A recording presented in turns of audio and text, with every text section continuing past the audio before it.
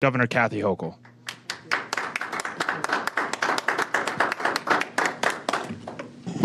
Good afternoon. When I first took office as governor, New York was weathering one of the most severe public health crises in our lifetimes. COVID was in every corner of the state. Omicron was surging. We listened to the scientists, the experts, and we put shots in arms. And together we conquered the pandemic and saved countless lives.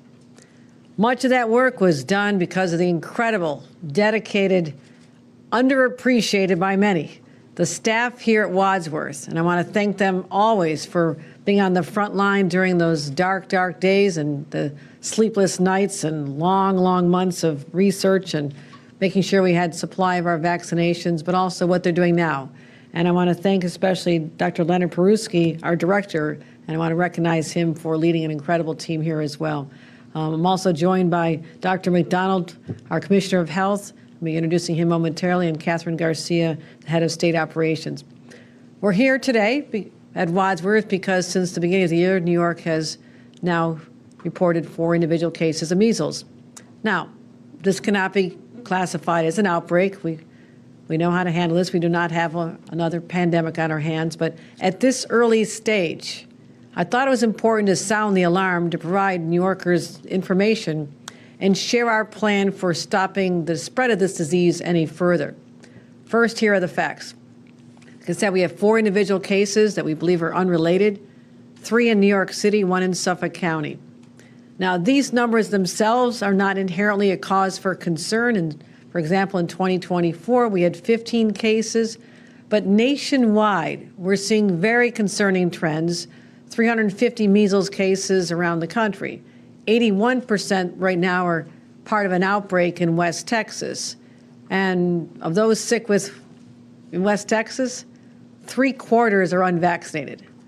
And also of great concern to us as a border state to Canada, there are 350 cases reported since last fall in Ontario, literally right across the border from our state. So the good news is we're alert, we're vigilant, we're watching, but also we have the power to stop any outbreak. It rests in our hands. Now, the measles vaccine is remarkably effective. According to the CDC, 2 doses of the MMR vaccine have a 97% effective rate. And this is available to all. Now, children get the shots, but also, if you're not sure if you had a shot when you were a child, you should see your doctor. Make sure that there's no danger in talking to your doctor about possibly getting immunized once again. And if you have your vaccination, the overwhelming evidence is that you'll be safe. It's the only thing to do. It's smart, it's responsible.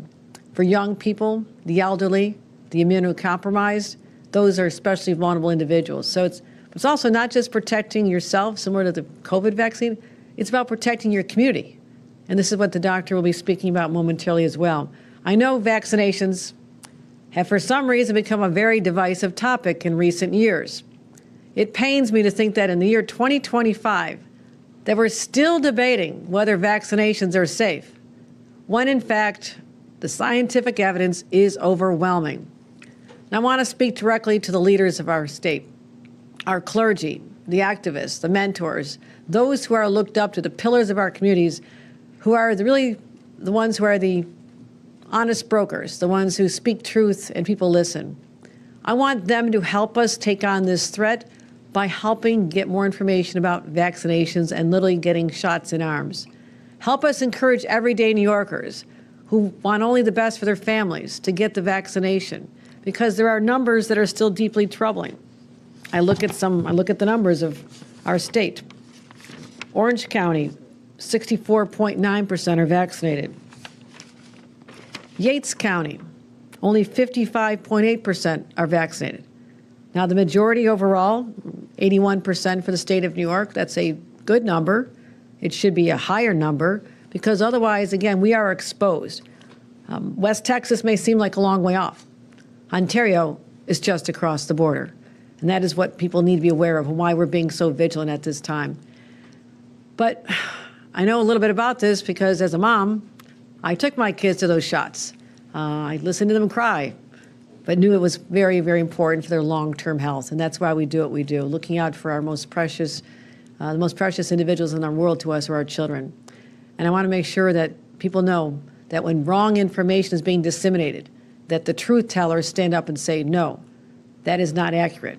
Now, our concern also lies with the fact that the Health and Human Services Secretary, Robert F. Kennedy Jr., is the nation's leading vaccination skeptic. He's been quoted as saying that cod liver oil has been very good at results for people who are sick with measles. Do you agree with that, Dr. McDonald? No, it's terrible. All right, it's terrible. You heard it from Dr. McDonald. It is terrible. That is wrong. Cod liver oil will not protect you from measles. It's baseless, it's irresponsible, and puts lives at risk. He also said the decision to vaccinate is a personal one. A personal decision is, what are you going to do tonight for dinner? What are your weekend plans? What's for lunch? Those are personal decisions. But when it comes to the overall health of our state and the people we love, it's much larger than a personal decision. Let me end with this. We've had measles available since 1963. The vaccination has been determined to have saved 60 million lives over the last 20 years alone. 60 million lives. That's extraordinary. We cannot go backwards in this time of fear and disinformation. It'll only wreak havoc on our state. So I'm encouraging everyone, let's go forward together into an era where we actually respect the doctors and the researchers and scientific advancement. So no child ever has to suffer the effects of a 104-degree fever or the pain of a burning rash. We can make our society free from this, or at least our state. That's what I'm calling on all New Yorkers. If you've not been vaccinated, your child's not vaccinated, please step up and get it done. Adults, if you're not sure, there's no harm in asking again. And for anyone looking for more information, we ask you to visit our website, ny.gov/measles. Now I'd like to invite Commissioner McDonald to speak about his experience as a doctor. Thanks, Governor Hochul, and welcome everyone to one of our state health labs. It's good to have you here at Wadsworth, and thanks, Dr. Peruski, for making us feel so welcome. I just want to talk a little bit about immunization rates first. You know, I want to just put a little bit of specificity around our numbers in New York State. So when you look at one of the metrics I look at is what percentage of children do I have immunized under the age of 2? The number I want to see is over 95%. What I have in New York State right now is 81.4%. What we see, though, is in New York, people are getting their vaccine eventually. So by kindergarten, I need you to have 2 doses, and then I get up to over 90%. Still not over the 95% number I'm looking for. One of the things Governor Hochul talked about, though, is I have certain regions of the state where the vaccine reluctance is more of a concern than others. And I say reluctance intentionally. You know, I think there's a lot of reasons why people choose not to get a vaccine. But really, I think one of the things to underscore is the measles, mumps, and rubella vaccine, the one we use right now, that's been around since 1971. That's 54 years for those of you who can do the math really quick in your head. And the original measles vaccine's been around since 1963. A very safe vaccine. I've been a pediatrician for over 35 years. I still haven't had a parent call me after the measles, mumps, and rubella vaccine with a serious concern. And I've personally administered over tens of thousands of doses of vaccine. So I know what the measles, mumps, and rubella vaccine does. It protects children from measles. I want to talk a little bit, though, about the clinical presentation of measles. It's very likely no one in this room has ever seen anyone with measles except for me. So I thought I'd just share with you how measles usually presents. The first couple days, and I just want to keep this in mind, you don't show your measles symptoms till about 7 to 14 days after you're exposed. Just keep in mind, by the way, if in a room like this, if someone had measles and you guys weren't vaccinated, everybody would get measles. It's that contagious, right? Not even just everybody in the room, but anybody who walked in the room for the next hour and a half. I just want to underscore how contagious measles is. So the way the clinical presentation starts is someone starts with a cough, runny nose, runny eyes, and a fever. So it starts to look like a common cold at that point, although the fever can get up to 105, 104. So that's a little different than most colds, right? Then what happens next a couple days later is you get these little spots inside your mouth called Koplik spots. And Koplik spots are unique to measles. They see them in no other disease. And then the telltale rash of measles appears. It's kind of this flat red rash, and then red bumps appear. It starts on the head, goes down the trunk, and over to the extremities. So that's what happens with measles. Now, keep in mind, people are most contagious with measles 4 days before they get the rash and 4 days after they've had the rash. Couple things about measles. You know, it's not a harmless childhood infection. That's really not true. If you look at the numbers on the U.S. outbreak right now, you know, keep in mind, 350 cases in the United States right now, that's a lot. But you're seeing about 1 in 5 or 20% end up in the hospital. That means they were sick enough to end up in a hospital. That's a number that should bother everybody. That's a lot of people ending up in the hospital. Keep in mind, 75% of the people who are getting measles in the United States are under 19 years old. So we're talking about children. The most common complication of measles is pneumonia, an infection in your lungs. Less common, but more serious, is encephalitis. Encephalitis is an infection around your brain. So that's very serious as well. One of the things that happens with measles, by the way, too, which doesn't happen with other diseases, this has only been learned in the last decade or so, is something called measles immune amnesia. In other words, if you get measles for the next couple weeks, couple months, or a year, depending on who you are in your immune system forgets how to fight other infections. So you're more susceptible to other infections. And so that's just one of the reasons why I make sure it's really clear. Measles is not a harmless childhood infection. Measles is a serious disease, and it can be prevented. So I want to talk a little bit more about what we're doing as New York State Department of Health about this. So February 26th, we sent out a provider advisory to all the local health departments, all the healthcare providers in New York State. And here's what we said. Here's what the situation is in the United States with measles. We're reminding people, what does measles look like? Keep in mind, most physicians have never seen a patient with measles. They've just learned about it from books. And then we also remind people, how do you get the specimen to test for measles? Because, you know, as a doctor, if you don't do something often, you don't always remember how to get the test. So how do we get the specimen and where it needs to go to?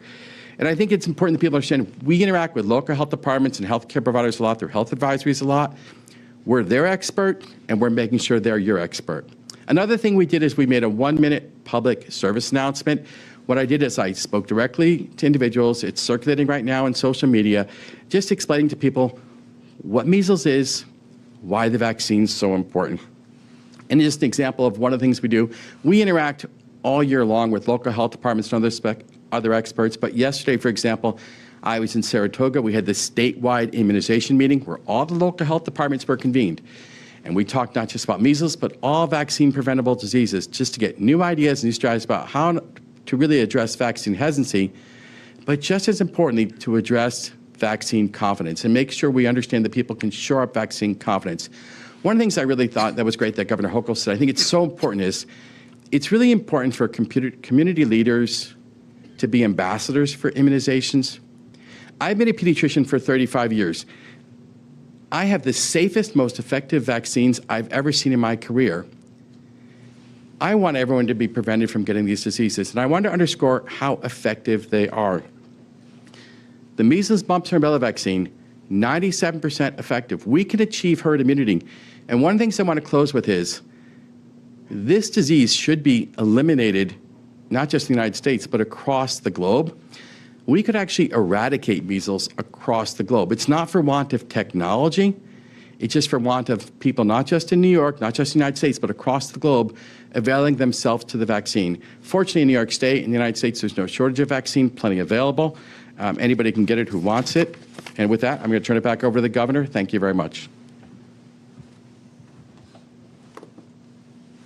Thank you, Dr. McDonald, always reminding me why I selected you as my Commissioner of Health. You just have a down-to-earth, natural way of communicating that is so relatable, and that is a great one of your greatest strengths. And you always take it back to your days as a pediatrician, which is so valuable. Again, having seen measles cases, unlike many people in the profession, it certainly gives us an advantage here in the state. So thank you for all you do, and happy to take any on-topic questions. Yeah, Governor, the patients in New York State who have been diagnosed, did they travel elsewhere, or did others from other places of the country visit them? Do you have the data on how? Yeah, we have that. Yeah. So that's a great question, right? Because one of the things you're asking is it imported, right? And so of the 4 cases, 3 were imported. In other words, travel-associated cases. The other one we don't have a source for. But one of the things that's important to understand is right now we haven't seen any secondary cases from measles, and I want to underscore, that's not an accident. That's because local health departments do the hard work of informing everyone, finding out who's a contact, and one of the things you can do for someone if you've been exposed to measles, we can give you post-exposure prophylaxis, in other words, immune globulin, if you haven't had the vaccine. But I need people to really, I don't want to keep driving this point home, my friends, but it's the main point. I have a safe and effective vaccine. It's been around since 1971, best protection available.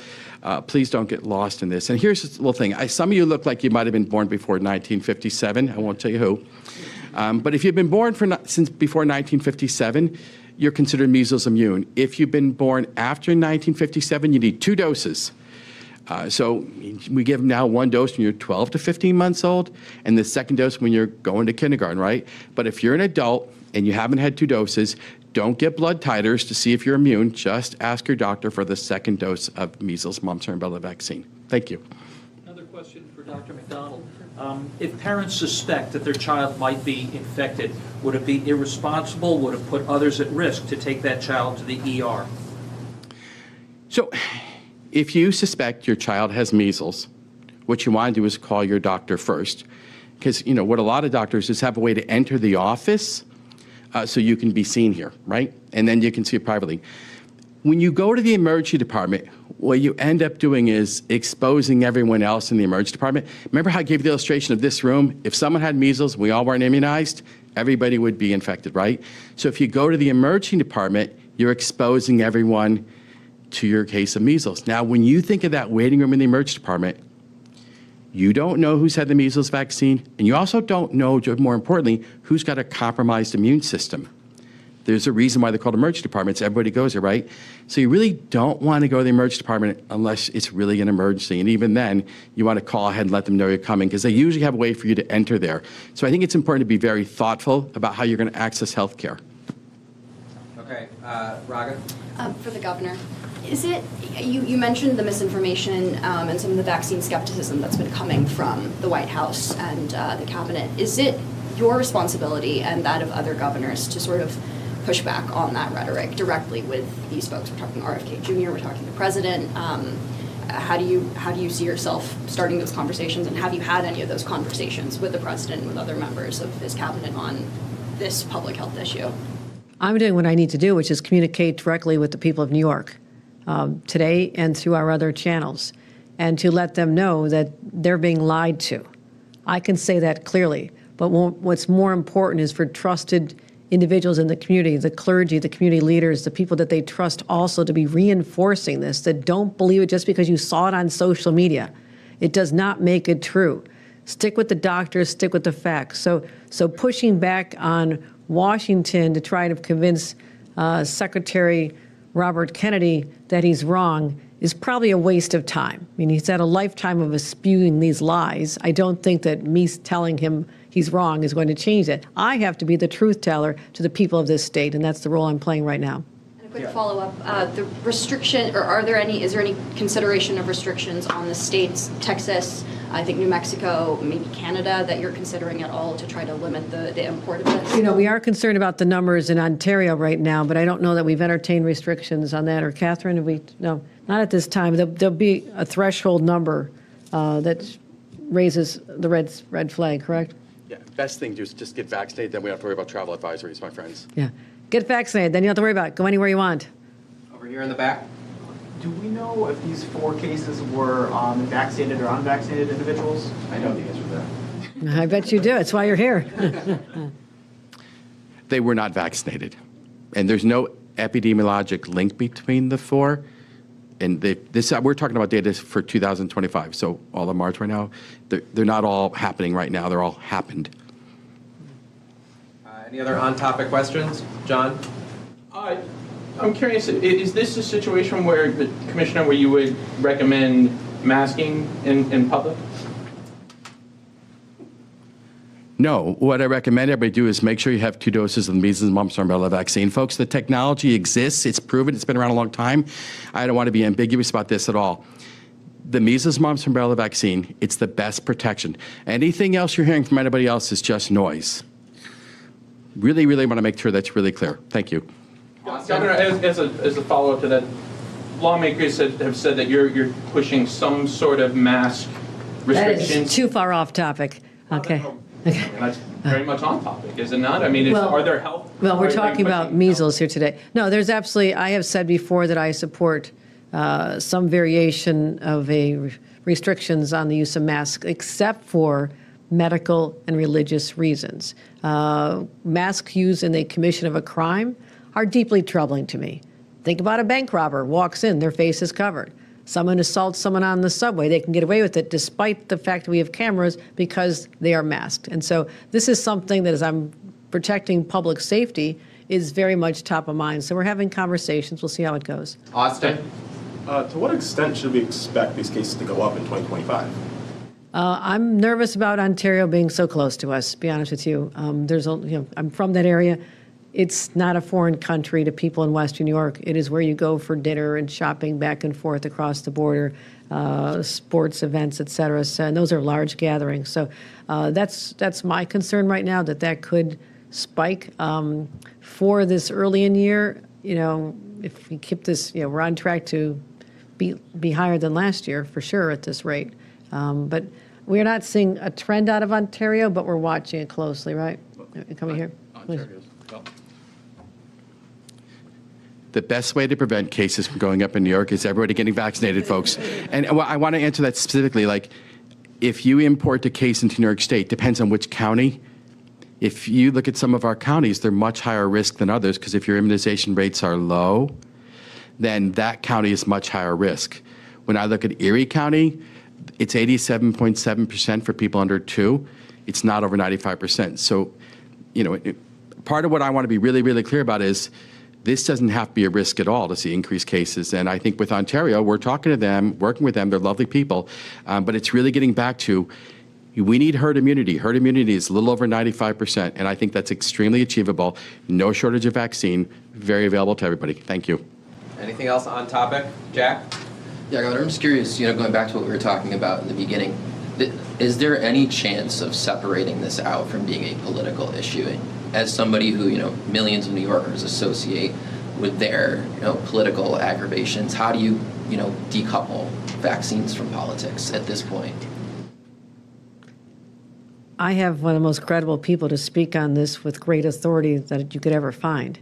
I hope people will separate politics. I'm not here to make a political statement. I'm here to save people's lives. That's my number one job as the governor of New York, is to protect the people of this state. This is one way I'm doing this to protect people of the state, to sound the alarm that if you are not vaccinated, you and your loved ones are very exposed to a possibly deadly disease.